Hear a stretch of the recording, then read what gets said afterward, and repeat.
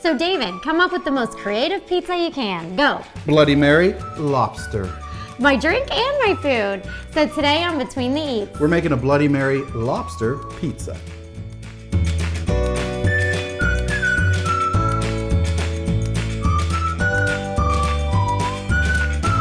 So is it the cheese that makes the pizza? Well, you know what? We do have a pizza that has fantastic elements today. Great. A lot of lobsters, but I'm going to start on this sauce of ours, this Bloody Mary sauce. Yeah, so tell me what makes this Bloody Mary sauce. We have all the elements you have in a regular Bloody Mary. You have, instead of using a tomato juice, we're going to use crushed tomatoes, just like you would like if you're making your favorite marinara or red sauce for your pizza. Okay, now I like my Bloody Mary a little spicy. So is it a little spicy? Well, that you can just kind of determine for yourself and personal taste, by how much either hot sauce or horseradish. I like to use horseradish for my heat more than hot sauce. Me too. So I'm gonna put a little oil in the pan. This starts just like any red sauce that you would accustomed to make. A little oil down, some onions in the pan, and the garlic. So what are you doing with that dough over there? So we have a pre-made dough here, and I'm just pushing it out. This time we're actually gonna bake the dough first, and then do a second bake when we have it topped. Right, because we're using lobster, and you don't want to overcook your lobster. The lobster's already going to be cooked, and our sauce is already cooked, and of course we need to put it in the oven long enough just to get that cheese nice and melted. Okay, so how long do we cook this? Right, you just wanted it to get translucent, kind of get soft. Okay, right. And we're using crushed tomatoes instead of whole tomatoes, but if you like it chunkier, you could probably use whole tomatoes? Yeah, whatever tomatoes you like. The only thing is, once again, I'm using a tomato product instead of a tomato juice. So in Bloody Mary, you use a tomato juice. It would be too runny.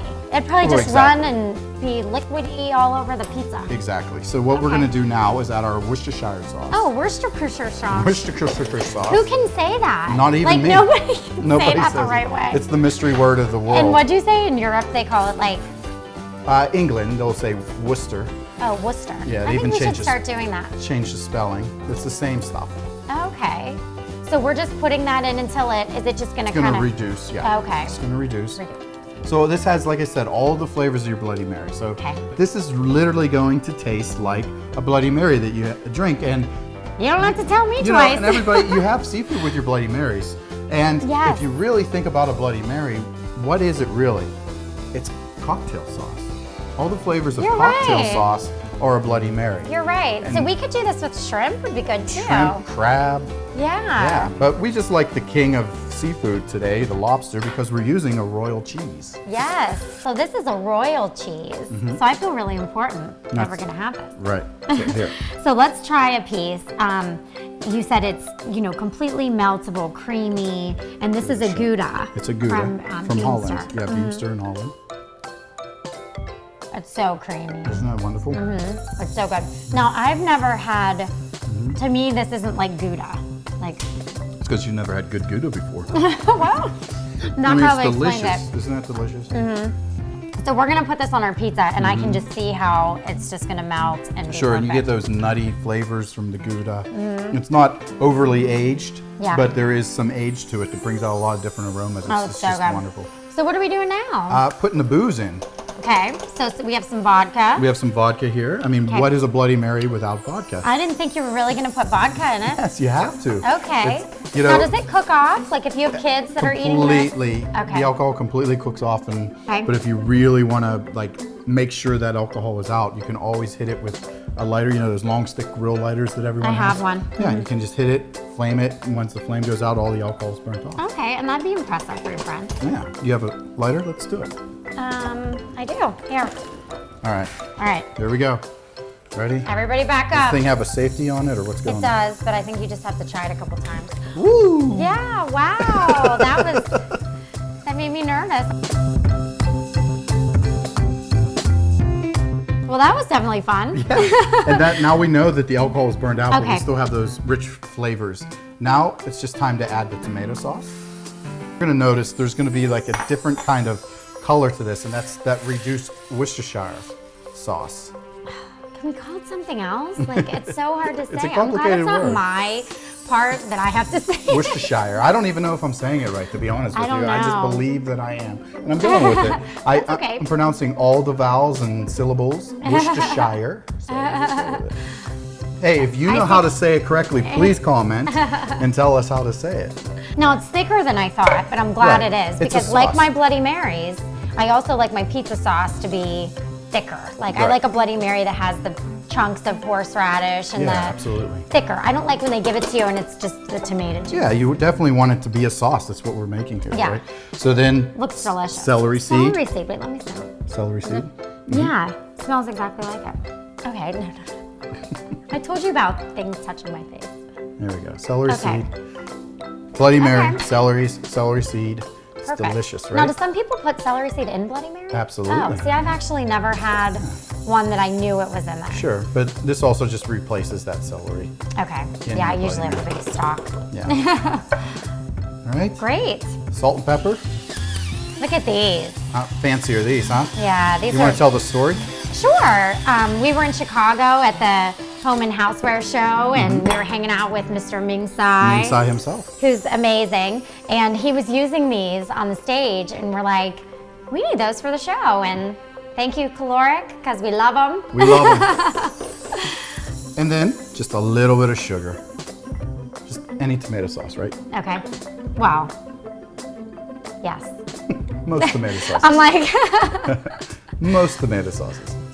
It just balances out. You don't want it real sweet. yeah. But you just need want a little bit. Yeah, that's Plus, it. I think when you use those like crushed tomatoes too, and they're not like a San Marzano, or They're they not don't as have sweet. that sweet, so you need something. Let's get that crust in the oven because, as we said earlier, we're gonna pre-bake our crust.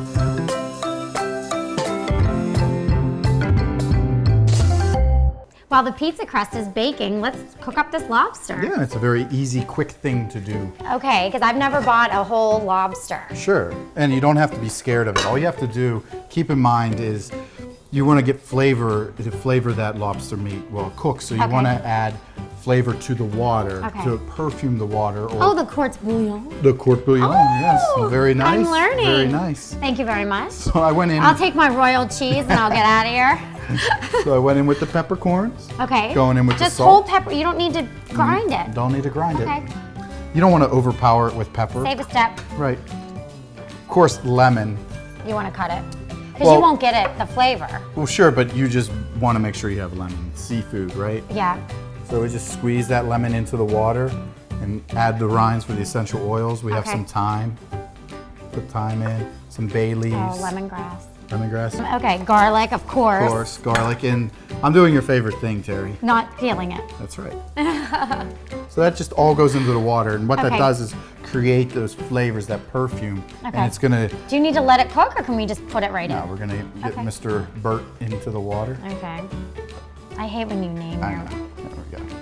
Here he Like goes. Thanksgiving, he names his turkey. Here Okay. he goes. So how long are we gonna cook it? Until he turns red. And then the meat's cooked. Correct. So you mean like when I cook my seafood at home, like shrimp, I cook it until it gets pink, like it's gray and then Correct. it turns pink. Same thing with the lobster? Same It's thing with the gonna turn lobster. red. The shell will turn a bright red, and you know it's done. You don't want to overcook your lobster, like any crustacean. Yeah, I've done it. Yeah, it gets dry. I it used to gets cook my rubbery. shrimp thinking like people were gonna get sick or something, and no, I think when it's pink, it's done. Sure, they have a built-in thermometer, like the Thanksgiving turkeys, the thermometer comes up. You Or it can't- doesn't, But you ever. can't trust those. You can trust this. As soon as it's nice and bright and red. So how it's long done. on like a lobster this size? It's gonna be about 10, 15 Oh. minutes, but quite honestly, trust the color.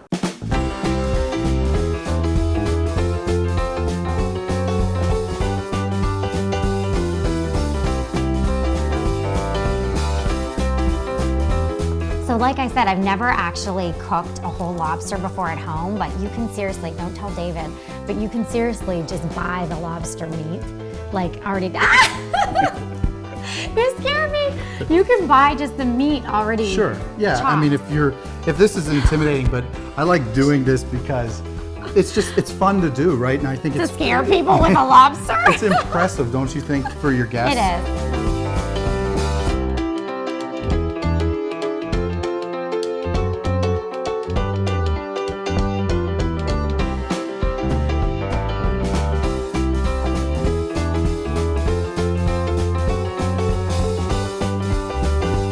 Now the thing that really about this this royal cheese or any of the Beemster Goudas, which you know we're going to be using in a lot of our recipes coming up. They are just so good. You don't need to do a lot to it. The cheese is just okay. You can't even talk because you know what, folks. More on top. Now some pizzas, you know, people do put the toppings and then cover with the cheese. Sure. So either way, want to see the lobster. Peekaboo cheese. I just want more cheese.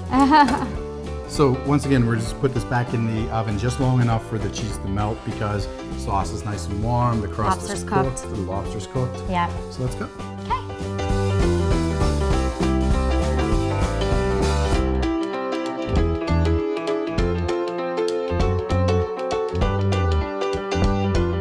So here we have it.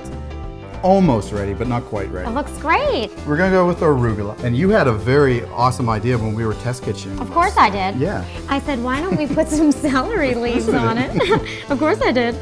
Because of the Bloody Mary sauce, I thought finishing it with some celery leaves would be something really cool. Plus, I'm into the color of my food, and I just think it's really cool to have the two different greens. And I put a couple in the middle, and now you have this all perfecto over here. Looks great.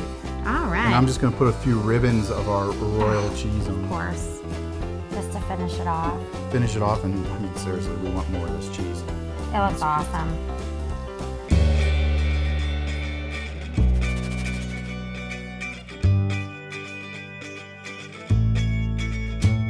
Thank you for cooking up the cheesiest Bloody Mary lobster pizza with us.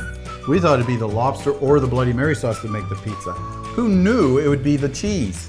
Salute. Share with your friends and don't forget to subscribe. And please tell us what you think down below.